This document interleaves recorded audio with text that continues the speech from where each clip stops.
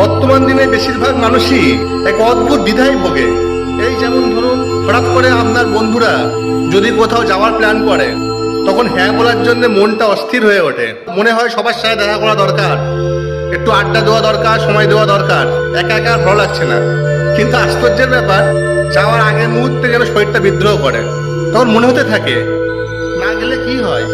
এই ভিড়, কোলাহল, জোর করে হাসি মুখে কথা বলা, এসবের থেকে ঘরের নিরাপত্তা অনেক শান্তির। আবার না গেলে পরে একা একা সবার ছবি দেখে, ঘরে বসে সবার হাসি মুখে ছবিগুলো দেখে মনে হয় কেন যে গেলাম না। ইস, আমার সোশ্যাল লাইফটা বড্ড বাজে হয়ে যাচ্ছে, সম্পর্কগুলো নষ্ট করে ফেলছি নিজের হাতে। এই চক্করটা চলতেই থাকে। মানুষের সঙ্গও চাই, আবার মানুষের থেকে দূরে থাকতেও চাই। অদ্ভুত এক দ্বন্দ্ব চলে নিজের মধ্যে। সামাজিকতা পালন করতে গিয়ে ক্লান্ত হয়ে পড়া, আবার একা থাকতে গিয়ে একাকিত্ব ভোগা। দিন শেষে মানুষ কি চায় সেটা নিজের কাছেই অজানা।